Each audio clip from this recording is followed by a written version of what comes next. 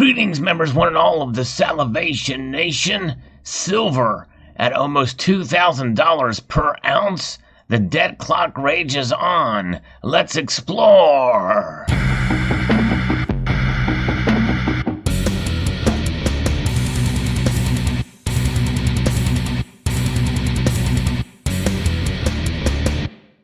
Yes, you know what? I'm going ahead and rounding up by over $40 for the dollar to silver ratio now, according to the USDebtClock.org, because, well, it's probably going to get there very, very soon. It's been updating on a fire's pace recently here, and as we pause and take a look at the U.S. national debt, it does rage on and on, because in just a few seconds, the U.S. national debt increases so much that it is more dollars added to the debt than most of us make in an entire year. So let's talk a little bit about the debt and deficit spending because of what has occurred lately with this legislation. That's right, it is the H.R. 748 passed by the House of Representatives after being sent over from the Senate. It's the CARES Act. That's right, it is the CARES Act, a 116th Congress of the United States of America at the second session, begun and held in the city of Washington on Friday, the 3rd day of January 2020, and now it has been signed into law by the President on the 27th of March 2020. And this particular act here, it is to amend the Internal Revenue Code of 1986 to repeal the excise tax on high-cost employer-sponsored health coverage. And it's interesting, you know, the title of this is CARES Act, and it was 10 years ago, almost to the day, that Obamacare was passed by and signed by the President. But this one is called an acronym. The CARES Act is the Coronavirus Aid, Relief, and Economy Security Act. As Mitch McConnell said, this is not a stimulus bill. It is a recovery. It's a relief. And really, it is unprecedented times, and it is understandable why Congress would act and take such measures. But when you take a look at this, the details of this, there's a lot that could have been a lot differently. This is from NPR that breaks down the Senate version, which there's not a whole lot of changes, but then again, who knows? It's a big package. Going back here, we can see this thing goes on and on and on and on. It is a massive, massive piece of legislation, not only in terms of the size and scope of everything that's in it, but in terms of the dollar amounts. So if we look back here, we can see how this $2 trillion breaks down. Actually, I think it's $2.2 trillion was the final expenditure as allocated in the legislation here. Big corporations don't get as much as individuals. Estimate of $560 billion for individuals and an estimated $43.7 billion to the education sector. $153 billion to public health. State and local governments are going to get $339.8 billion. Small business get $377 billion, and big corporations get $500 billion with a safety net of $26 billion. So it is certainly a wide-ranging, a different thing, but you can look at how the individuals are going to be treated in this particular thing, is getting checks, and we can see here individuals get $1,200, and couples filing jointly get $2,400, and so there's a lot of money going out to individuals on this particular package here. It kind of goes on through, but let me tell you what I think should have happened in this particular package.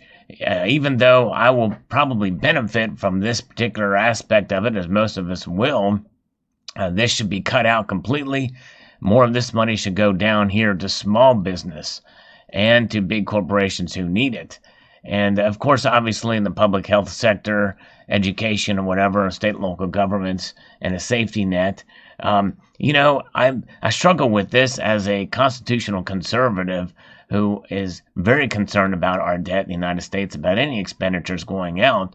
for this type of thing, but this is really beyond their control, and it's I don't know what else they could have done, considering that we're all essentially quarantined and from much of economic activity in this country, even to the point where many of us are at home or working from home and the like. And I feel for those who are hurt from this, obviously directly from the virus itself, but also from the economic impacts that we're seeing immediately and for that which is to come. So my feeling is that if you're going to do a package like this, direct it towards those who have lost their jobs and compensate the states. 3.3 million people have lost their jobs. And by that, I don't know if that necessarily means that it's a temporary thing or a complete, but obviously enough that they are eligible for unemployment. So I believe those states should be compensated for those expenditures during this unprecedented time, and to extend and to help those in need in this particular point of crisis. I'm all for that, for sure, because if this thing can pass and get the economy back on its feet again, hopefully those people will be able to get their jobs back that were essentially taken away from this virus. But the vast majority, I believe, needs to go down here to small businesses, because they're the ones that are affected probably the most. And any service industry that's directly related from big corporations should also be assisted and helped. But there should be some strings attached to this money. I think the money should strictly go to pay the bills that are needed to keep the businesses liquid and afloat. And that also means for payroll. In other words, payroll. It should go towards payroll so those employees can be at hand and ready to go once the economy gets back up and running again. In other words, send the money to the businesses and make the money, make sure that the money is being distributed for the employees, and to keep the business afloat, and penalties, stiff penalties if the money is used for anything else other than to keep the businesses going. In other words, no stock buybacks and no golden parachutes for CEOs and the like. To me, that would make the most sense, and that money would be make much better use than going to individuals. This massive amount going to individuals who it's not really enough. It maybe can be enough to pay a mortgage for 1 month, or for provisions or what have you. But essentially, if somebody's on unemployment, they're getting money anyway. And if people are working from home and they're not lost their jobs and it's just extra money, that it's just going to be a very, very small and quick little shot in the arm for people who really may not even need it. But seems like that's not how government works. They want to essentially buy votes and dilute the money supply. And what does that do? That increases the national debt and increases deficit spending, which obviously goes back to this national debt. And I bring that up because of what's going on here lately.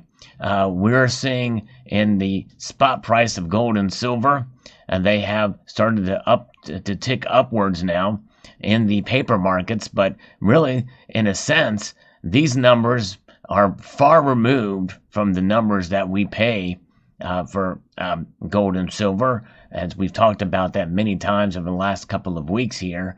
But this is the number I want to look at, because when you increase the debt as such, well, what happens? Well, you see the dollar to silver ratio now climb exponentially. Now, look at this. This is crazy. It's the year-over-year increase in the U.S. M2 money supply divided by the yearly world production in silver in ounces. And that is a staggering number. We look here to the paper to gold ratio, or the dollar to gold ratio now, and it's $16,234 an ounce. And it is something else to see. And look what it was in 1913, and look what the dollar to silver ratio was in 1913, $2.63. This is an example of inflation. For every dollar printed, there's 1,958 of them per ounce of silver that's out there in the world today. And so that is something else. That is divided by the yearly world production of silver. So that's the yearly production of silver in ounces. That does not mean all of the ounces in silver, but it just goes to show you that there's more dollars being printed than silver being mined. And there's a lot of silver out there that's mined.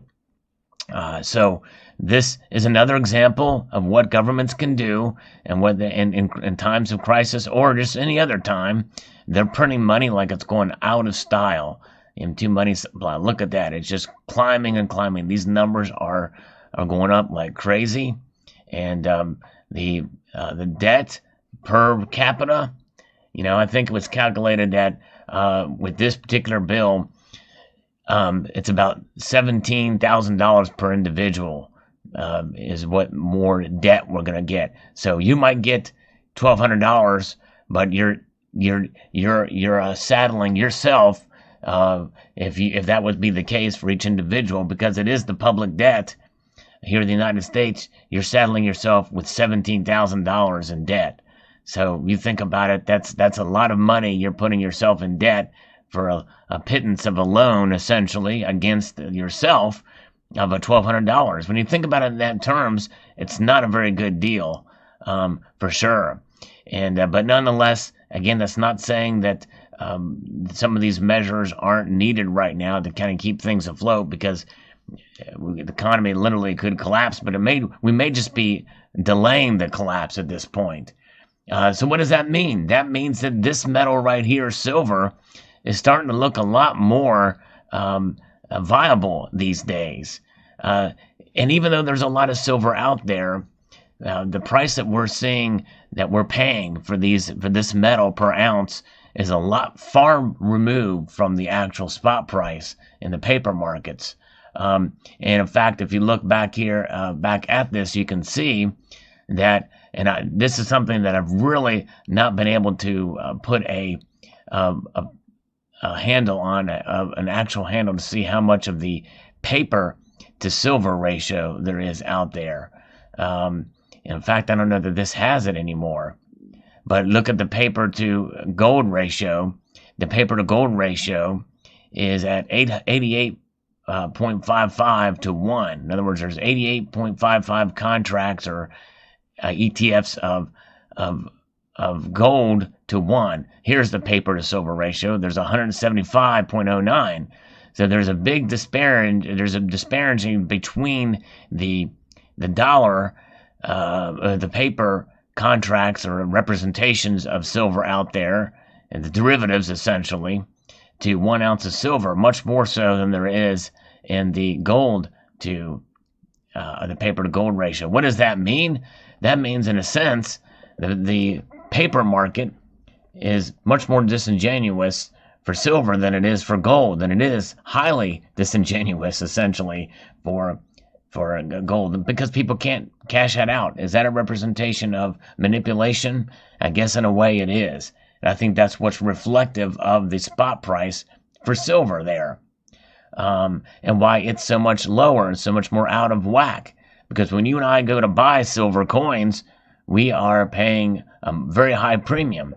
And in fact, now, as I record this, we're seeing more evidence of dealers paying much higher than the paper spot price for silver from the customers, because they have their supply chains that they use to buy silver, and it ain't you and I usually.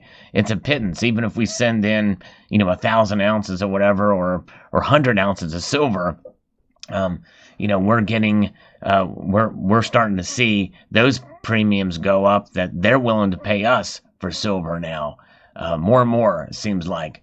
So there we go. There we have it. Silver is making a move, and it is, I think, reflecting this dollar to silver ratio will continue to increase. I believe it'll get to 2,000 before we know it at this point, especially now that this legislation is passed. And there's no real assurance that it's going to bring the government, the economy back. With each passing day, we don't know when this epidemic, or actually this pandemic now, but it's become very bad here in certain parts of the country, in the United States. And so we may see the effects of this for quite some time this year. We'll find out. Pray for everybody out there. Hang in there. We'll see how we proceed from here on out. But silver is something to look into if you haven't in the past. I'd like to extend a multitude of gratitude to y'all for watching and encourage you to please rate, share, comment, and subscribe.